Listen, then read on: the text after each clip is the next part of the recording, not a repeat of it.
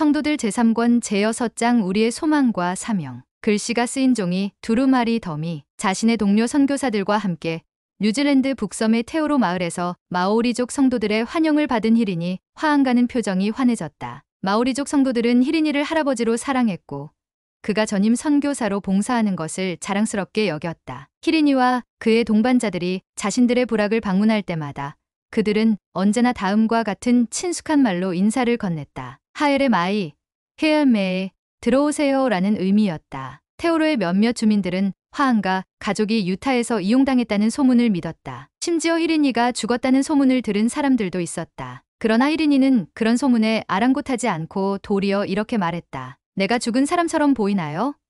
내가 이용당한 사람처럼 보입니까? 선교사들은 그 지역의 10개 지부에서 온 성도들과 함께 이틀간 대회를 개최했다. 말씀을 전할 순서가 되었을 때 히린이는 죽은 사람들의 구원에 대해 말해야 한다는 영감을 느꼈다. 그 이후로 모임에 참석했던 성도들 대부분은 죽은 조상들의 이름을 그에게 주어 히린이와 그의 가족이 그 조상들을 위한 성전 사업을 행할 수 있게 했다. 대회 직후 히린이는 에즈라 스티븐슨 선교부 회장과 2명의 다른 선교사들과 함께 망가무카라고 불리는 외딴 마을로 갔다. 몇 년 전에 선교사들은 그 마을을 떠나라는 명령과 함께 다시는 그곳에 발도 붙이지 말라는 경고를 받았었다. 하지만 히린이의 친척이 그곳에 살고 있었기에 그들은 그 친척을 방문하기로 결정했다. 선교사들은 조심스럽게 망가무카 마을 어귀에 이르렀다. 그들이 히린이의 친척인 티페네를 만나러 왔다고 하자 주민들은 그들에게 마을 밖에서 기다리라고 답변했다. 다른 곳을 다니면서 받은 환대에 비하면 너무 심한 푸대접이라 히린이는 낙담했다. 잠시 후 마을에서 나온 티페네는 눈물이 그렁그렁한 눈으로 히린이를 껴안았다. 그런 후 그들은 함께 식사를 했고 티페네는 선교사들을 편안한 것처럼 안내했다. 마을의 분위기는 한결 화기애애해졌다. 장로들은 주민들이 모인 자리에서 설교를 하도록 초청되었다. 말씀을 시작하기 전 에즈라는 청중을 향해 자신이 이곳에 온 목적은 그들을 비난하기 위해서가 아니라 자신이 전하는 메시지의 진리를 함께 나누자는 권유를 하기 위한 것이라고 말하며 그들을 안심시켰다. 회중은 흥미를 느끼며 귀를 기울였고 몇몇 사람은 그의 말에 호의적으로 반응했다. 히린이도 설교에 나섰는데 그의 담대한 설교는 동반자들이 잠자리에 들러간 자정까지 이어졌다. 그는 그 후에도 새벽까지 말씀을 계속 이어나갔다. 에즈라와 다른 장로 한 명은 아침에 그곳을 떠나야만 했지만 마을 사람들은 히린이와 남은 선교사 조지 저드에게 더 많은 가르침을 들려달라고 요청했다. 선교사들은 나흘간 머물며 5차례 모임을 했고 2 젊은이에게 침례를 주었다. 히린이와 조지는 이후 다른 마을들에서도 몇 주간 설교를 하고 18명에게 더 침례를 준 뒤 에즈라와 합류했다. 히린이는 계속해서 선교부 회장과 함께 다니면서 성도들을 가르치고 그들의 계보 자료를 수집했다. 종종 에즈라는 히린이의 설교를 들으며 마오리족 청중을 끌어당기는 그의 능력에 경탄했다. 그는 강한 간증을 전하고 사람들에게 깊은 인상을 준다. 에즈라는 일지에 이렇게 기록했다. 그는 마오리족의 감정에 닿는 법을 우리보다 훨씬 더 잘 파악한다. 1899년 4월 히린이는 선교 사업을 마치고 명예롭게 해임되었다. 한 신문은 히린이가 솔트레이크 시티로 귀환한다는 소식과 함께 뉴질랜드에서의 그의 노고를 치하하는 기사를 실었다. 그 먼 나라의 선교 사업에 큰 추진력이 더해졌다. 기사는 이렇게 이어진다. 모든 지역에서 계보 동보를 얻었으며 마오리족 성도들의 신앙과 열의가 강화되고 증대되었다. 그해 봄, 존 윗소는 독일 중부의 괴팅겐 대학교에서 화학을 공부하고 있었다. 로건의 농업대학에서 했던 일을 계기로 그는 탄수화물을 연구하게 되었고 괴팅겐에서도 그 분야의 선도적인 과학자 밑에서 공부할 수 있었다. 이제 몇 달 뒤면 그는 박사 학위를 취득할 것이었다. 존과 리아 던포드는 1898년 6월 1일에 솔트레이크 성전에서 결혼했으며 2달 뒤에 유럽으로 건너갔다. 그들이 떠나기 전 리아의 삼촌인 브리검 영 2세는 유럽에서 선교사로 봉사하도록 존을 성별했고 학업외의 시간에는 복음을 전파할 수 있도록 권세를 부여했다. 독일은 음악 학교들로 유명한 곳이었기에 리아의 17살 된 여동생 에머 루시 게이츠도 음악 공부를 위해 그들과 합류했다. 1899년 4월 2일 존과 리아는 딸을 낳고 자랑스러운 부모가 되었다. 아기의 이름은 존의 어머니의 이름을 따라 아나가아든 윗소라고 지어졌다. 존은 어머니와 타히티에서 선교 사업을 하고 있는 남동생 오스보네를 여전히 지원하고 있었지만 그와 리아는 하버드에서 후한 재정 장학금을 받은 덕분에 유럽에서의 생활을 감당할 수 있었다. 괴팅겐은 나무가 우거진 언덕과 농경지로 둘러싸인 오래된 대학 도시였다. 그 도시에서 유일한 후기 성도인 존과 리아, 루시는 자기들끼리 함께 성찬식을 하고 복음을 공부했다. 이따금씩은 독일 선교부의 선교사들이 괴팅겐으로 와서 그들을 방문해 주었다. 독일의 교회에는 약 1000명의 회원이 있었고 독일어로 번역된 표준 경전 외에 격언로 발간되는 교회 잡지 디아스턴도 있었다. 하지만 독일 성도 중에서 멜기세덱 신권 소유자는 5명뿐이었고 교회는 성장이 느렸다. 많은 독일인들은 외국에서 들어온 교회에 대해 회의적이었으며 선교사들은 여러 도시에서 추방되기 일쑤였다. 때로 성도들은 비밀리에 모임을 하거나 경찰의 감시를 견뎌야 했다. 늦은 봄, 루시는 베를린 음악학교에 진학하기 위해 괴팅겐을 떠났다. 그녀의 외할머니 루시 비글로 영은 그녀의 보호자 역할을 하기 위해 유타에서 독일로 왔다. 학위 논문을 마친 후 존은 리아와 딸 아나를 데리고 베를린으로 가서 루시와 그녀의 외할머니와 함께 지냈다. 그곳에서 그는 학위 취득의 마지막 단계인 박사 시험을 대비해서 공부를 시작했다. 또한 그는 복음을 전하고 친척들을 방문하고 자신의 족보를 탐구하기 위해 6주간 노르웨이와 덴마크를 여행했다. 11살 때 노르웨이에서 이주한 이후로 노르웨이에 온 적이 없었던 그는 많은 친족에 둘러싸이게 되어 감격스러웠다. 어머니의 가족들과 멋진 시간을 보냈어. 9월에 리아에게 보내는 편지에 그는 그렇게 썼다. 내가 마치 대단한 사람이라도 되는 양 융숭한 대접을 받았어. 독일로 돌아온 존은 시험을 위해 괴팅겐으로 돌아갔고 리아와 아기는 베를린에 계속 머물렀다. 교수들은 그의 합격을 낙관하는 듯했지만 존은 그들을 실망시킬까봐 걱정이 되었다. 그는 시험 당일인 11월 20일에 리아에게 편지를 썼다. 이 문제를 주님의 손에 맡겼어. 하나님이 허락하지 않으셔서 학위를 얻지 못하게 된다 해도 자책하지는 않을 거야. 모두들 나를 위해 금식하며 기도하고 있다고 하니 말할 수 없을 정도로 큰 힘이 돼. 시험 시간이 되자 존은 그의 연구에 대해 질문할 준비를 마친 12명이 넘는 교수위원회 앞에 섰다. 존은 그들의 질문에 만족스러운 대답을 하고자 최선을 다했다. 2~3시간 후에 질문이 모두 끝나자 위원들은 그를 밖으로 내보낸 뒤 그의 운명을 결정했다. 그날 저녁 늦게 금식을 끝낸 리아는 존의 전보를 받았다. 하나님의 은혜로 우등. 리아는 그게 무슨 뜻인지 알았다. 존은 시험에 합격하고 우등으로 박사 학위를 받았다. 몇 주 후인 1899년 12월 4일 B.H. 로버츠는 워싱턴 DC에 있는 미국 의회에서 초조하게 차례를 기다리고 있었다. 그는 이제 새로 선출된 유타주 대표로서 취임 선서를 할 참이었다. 하원 회의실 앞에는 지름이 각각 60cm 정도 되는 두루마리 종이 28개가 쌓여 있었다. B.H는 자신이 의회에 있는 것을 원하지 않는 700만 명의 명단이 거기에 적혀 있다는 것을 알았다. 1895년 선거에서 패배하고 3년 후 B.H는 이번에는 제1회장단의 동의를 얻어서 다시 선거에 출마했다. 그의 선거 운동은 성공적이었지만 교회를 비난하는 이들은 즉시 그 승리를 먹잇감으로 삼았다. 그들은 법을 준수하고 애국적이며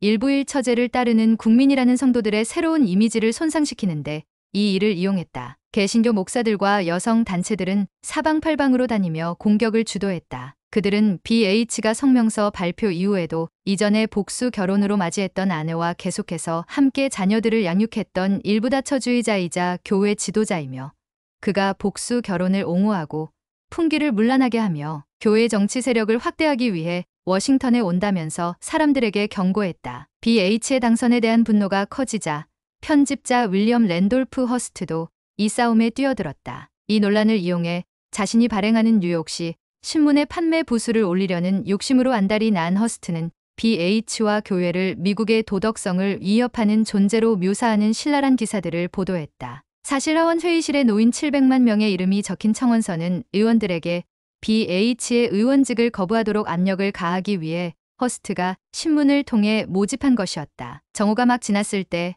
B.H는 취임 선서를 하도록 호출을 받았다. 그가 회의실 앞쪽으로 걸어가자 한 의원이 일어나서 복수 결혼을 한 B.H를 하원에서 제외시킬 것을 조용히 제의했다. 또 다른 의원이 이를 제청했다. 그 의원은 그는 일부 다처주의자라면서 그의 당선은 미국의 가정에 대한 공격이라고 말했다. 다음 날 B.H는 국회의원들에게 자신은 새로운 직위를 이용해서 복수 결혼을 옹호할 의사가 전혀 없음을 확신시키려고 노력했다. 저는 그것을 옹호하기 위해 여기 있는 것이 아닙니다. 그는 의원들에게 이렇게 말했다. 그 명분을 위해 싸울 이유가 없습니다. 그것은 이미 해결된 사안입니다. 그러나 이에 대해 확신할 수 없었던 하원은 BH의 경우와 그가 하고 있는 복수 결혼의 성격을 검토할 국회의원 특별위원회를 설치했다. 그들은 특히 그가 복수의 아내와 계속 살면서 그들과 아이를 낳는 것을 마뜩잖아 했다. 위원회가 이러한 관계에 대한 증거를 제시하자 BH는 자신이 공공연하게 법을 위반한 것이 아님을 주장했다. 많은 후기 성도 남성들은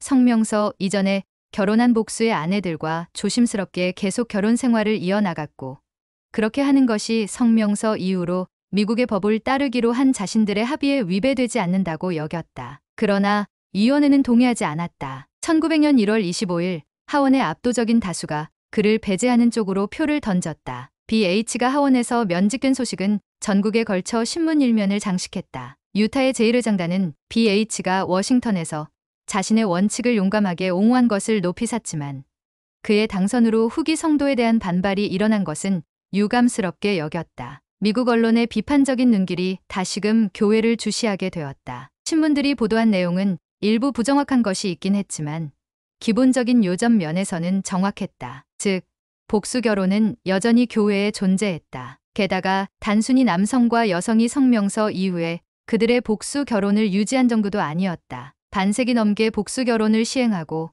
가르치고 그 일로 고통을 받은 많은 성도들은 그것이 없는 세상을 상상할 수 없었다. 사실 성명서 이후로도 8년 동안 12사도 중 일부는 조지 Q 캐넌, 조셉 F 스미스 또는 그들의 중개자의 승인을 받아서 조용히 새로운 복수 결혼을 집행했다. 그 기간의 사도 중 4명도 복수의 아내들과 결혼했다. 성명서 이후에 결혼한 성도들은 주님께서 복수 결혼을 완전히 폐지하신 것이 아니라 교회의 관행으로서 복수 결혼을 지속하고 옹호하라는 신성한 명령을 성도들로부터 거두신 것에 불과하다고 믿었기에 그렇게 한 것이었다. 더욱이 성명서에서 윌포드 우드럽은 성도들에게 미국에서 일부 다처제 금지법을 따르라고 권고했으나 멕시코나 캐나다의 법에 대해서는 아무런 언급도 하지 않았다. 대부분의 새로운 복수 결혼은 그런 나라들에서 행해졌고 소수는 미국에서 집행되었다. BH 로버츠의 당선이 불러온 후폭풍 속에서 교회 지도자들은 일부 다처를 하는 성도가 연방정부의 공직에 출마하는 것을 동의할 때 따르는 피해를 깨닫기 시작했다. 그것은 그들이 다시 하고 싶지 않은 것이었다. 1900년 4월 본부 상호부조회 회장 진아영의 딸인 진아 프레센디아 카드는 솔트레이크 시티에서 79이 된 어머니와 함께 몇 주를 보낸 후 캐나다 카드스턴에 있는 집으로 돌아왔다. 그 방문 동안 진아와 그녀의 어머니는 상호부조회 대회에서 말씀을 하기 위해 아이다호주 남부에 있는 오나이다 스테이크에 갔었다. 진아 프레센디아는 여동생 수사 게이츠에게 보내는 편지의 어머니는 여행 동안 무탈하셨고 자매님들에게 천사처럼 말씀하셨어. 라고 적었다. 어머니가 정말 자랑스러워. 그렇지만 진아 프레센디아는 고령의 어머니가 걱정되었다. 카드스턴은 솔트레이크 시티에서 약 1100km 거리였다. 어머니의 건강이 갑자기 악화된다면 진아 프레센디아는 어머니가 세상을 떠나기 전에 어머니를 다시 보지 못할 수도 있을 것이었다. 카드스턴으로 돌아온 후 진아 프레센디아는 엘버타 스테이크의 젊은 여성 상호양상회 회장으로서 자신이 맡은 일들을 재개했다. 존 테일러 회장이 그녀의 남편인 찰스 카드에게 일부 다처를 하는 성도들을 이끌고 캐나다로 가도록 요청한 것은 14년 전의 일이었다. 그 이후로 성도들은 엘버타 남부에 10여 개의 정착지를 세웠다. 카드스턴 스테이크는 1895년에 설립되었으며 찰스는 그곳의 초대 회장이 되었다. 비록 후기 성도의 국외 정착지 개척 시대는 저물었지만 새로운 가족과 사업체들이 이 지역으로 계속 이주하여 교회를 세우는 데 힘이 되었다. 이제 그 지역에는 성년이 이르는 젊은 성도들이 많았는데 진아 프레센디아는 그들을 몹시 염려하고 있었다. 카드스턴은 비교적 고립되어 있었으나 이곳의 젊은이들은 도박이나 알코올 남용과 같은 해악에 면역이 되어 있지 않은 상태였다. 진아 프레센디아는 마을의 일부 어른들이 젊은 세대에 나쁜 본을 보이고 있다는 것을 알았다. 또한 카드스턴과 다른 지역들에 있는 후기 성도 청소년들은 분명 순결에 대해 더 많은 가르침을 받을 필요가 있었다. 성명서 이전에는 젊은 여성들이 결혼할 기회가 많았고 종종 이른 나이에 결혼하는 경우도 있었다. 그러나 이제 이 자라나는 세대는 늦게 결혼하는 경향이 있었고 일부, 특히 여성들은 아예 결혼을 하지 않았다. 이것은 더 많은 젊은이가 더 오랜 기간 순결을 유지해야 한다는 뜻이기도 했다. 진아 프레센디아는 5월 초에 카드스턴 와드의 젊은 여성 상호양상회 및 청남 상호향상회 합동 모임에서 이러한 문제를 다루었다. 순간의 즐거움은 종종 평생 가는 슬픔을 가져옵니다. 그녀는 청소년들에게 경고했다. 우리는 겸손과 자애를 추구하고 다른 사람들이 우리에게 해주기를 바라는 대로 다른 사람들에게 행해야 합니다. 그해 봄과 여름에 그녀는 카드스턴 와드 젊은 여성 상호향상회의 몇몇 모임에도 참석했다. 그 향상회는 매주 수요일 오후에 모임을 했다. 그 향상회 회장인 23세의 메이미 아이비는 종종 모임의 사회를 맡았고 공관은 다른 이들이 가르쳤다. 청녀들은 또한 격언로 간증 모임을 열어 각 구성원이 또래 청녀들에게 간증할 기회를 주었다. 1900년 내내 영 우먼스 더널에는 소녀윤리 에섹스 for young girls라고 하는 12개의 과가 연재되었다. 매달 실렸던 새로운 각과는 청녀들이 옳고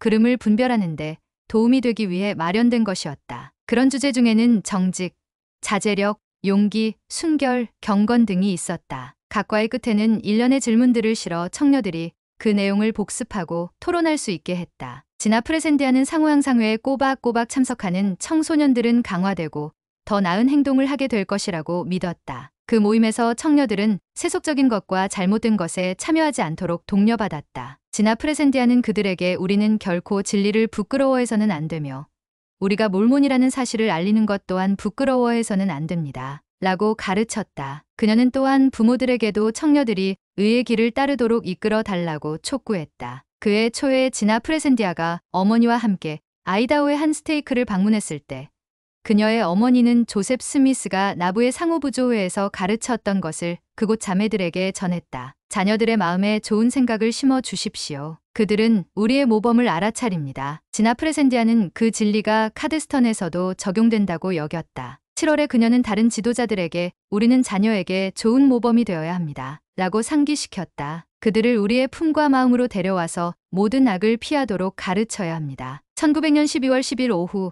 하와이 제도의 풍경이 조지 큐 캐넌의 시야에 들어왔다. 1850년대에 이곳에서 선교 사업을 한 이후로 그가 이 광경을 본 것은 이번이 처음이었다. 23살 때 그는 이 섬으로 파견된 10명의 첫 투기 성도 선교사 중 가장 어린 선교사였다. 이제 그는 제1회장단 보좌로서 선교사들의 하와이 도착과 하와이 교회의 50주년을 기념하기 위해 이곳을 다시 찾은 것이다. 하와이 제도가 그의 눈에 들어온 지 몇 시간 후 그의 일행은 오아후 섬에 있는 호놀룰루에 정박했다. 그는 하와이 후기 성도인 에이브러햄과 미네르바, 페르난데스 집에서 그날 밤을 묵고 이튿날 천여 명의 성도들이 모인 집회소의 환영회에 참석했다. 그 자리에는 조지가 선교사 시절에 친례를 주었던 몇몇 사람들과 그들의 자녀와 손주들도 함께 있었다. 다음 날인 12월 12일 아침, 잠에서 깬 조지는 기념행사에서 하와이 사람들에게 말씀을 하는 것과 관련하여 불안한 마음이 들었다. 젊은 선교사 시절에 그는 하와이어를 능숙하게 구사하고 쓸 수 있었기에 사람들의 존경을 받았었다. 그러나 귀환 후에는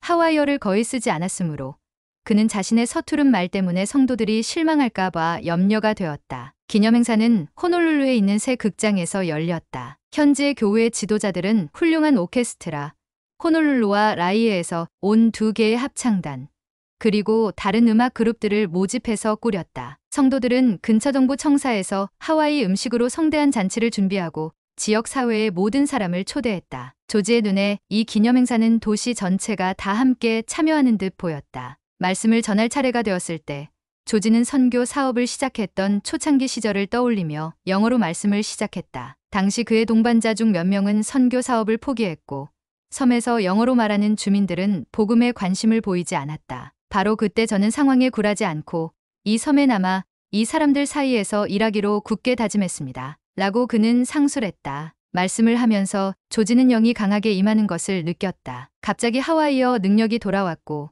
그 언어로 말하기 시작하면서 그의 불안감은 사라졌다. 하와이 성도들은 일제히 놀라며 기뻐했다. 정말 훌륭해요. 누군가는 이렇게 말했다. 이렇게 오랜 세월이 흘렀는데도 우리말을 기억하시다니요. 기념행사는 다음 날까지 계속되었다. 조지는 다시 한번 성도들에게 그들의 언어로 자신 있게 말씀을 전했다. 저는 오늘 어느 때보다도 하나님의 백성을 하나로 묶어주는 유대감을 느낍니다. 그는 이렇게 말했다. 사람들이 복음을 믿게 되고 친례의 물가로 내려가면 그들은 서로를 사랑하게 됩니다. 조지는 3주가 조금 넘는 시간 동안 하와이 성도들과 함께 지냈다. 마우이 섬에 있는 동안 그는 선교사로서 첫 성공을 거두었던 와일루쿠 마을을 방문했다. 그 마을은 거의 알아볼 수 없을 정도로 변했지만 조지는 자신의 친구들인 조너선과 키티 나펠라의 집을 쉽게 찾을 수 있었다. 그 두 사람은 이미 수십 년 전에 세상을 떠나고 없었지만 말이다. 나펠라 가족은 조지에게 가족과도 같았다. 조너선은 그와 함께 몰몬경을 하와이어로 번역했었다. 조지는 섬들을 방문하면서 많은 새로운 친구들을 사귀었다. 그 중에는 유타 농업대학에서 공부하던 시기에 교회에 들어온 일본인 가스누마 토미조도 있었다. 또한 그는 평생 성도로서 충실하게 살아왔지만 한 번도 성전 의식을 받은 적이 없는 이들도 만났다. 그들의 처지에 동정심을 느낀 조지는 그들에게 성전에 들어가기에 합당하게 생활하고 그들이 성전 축복을 받을 수 있게 주님께서 선지자에게 영감을 주시도록 신앙을 행사하라고 권고했다. 조지가 떠나던 날 수백 명의 성도들과 지역 악단이 호놀룰루의 부두에서 그의 마차를 맞이했다. 마지막 사랑의 표현으로 20여 명의 어린이와 연로한 성도들이 뛰어나와 그에게 형형색색의 화환을 목에 걸어 주었다. 그런 후 그는 배에 올라탔고 악단은 작별 음악을 연주했다. 부두에 있는 성도들을 돌아보며 조지는 자신이 결코 그들을 잊지 못할 것이라는 것을 알았다. 그들은 사랑과 작별을 고하며 그에게 알로하 누이 알로하 뉴라고 외쳤다. 알로하 뉴. 오늘 이 세상에 새로운 세기가 밝아오고 있습니다.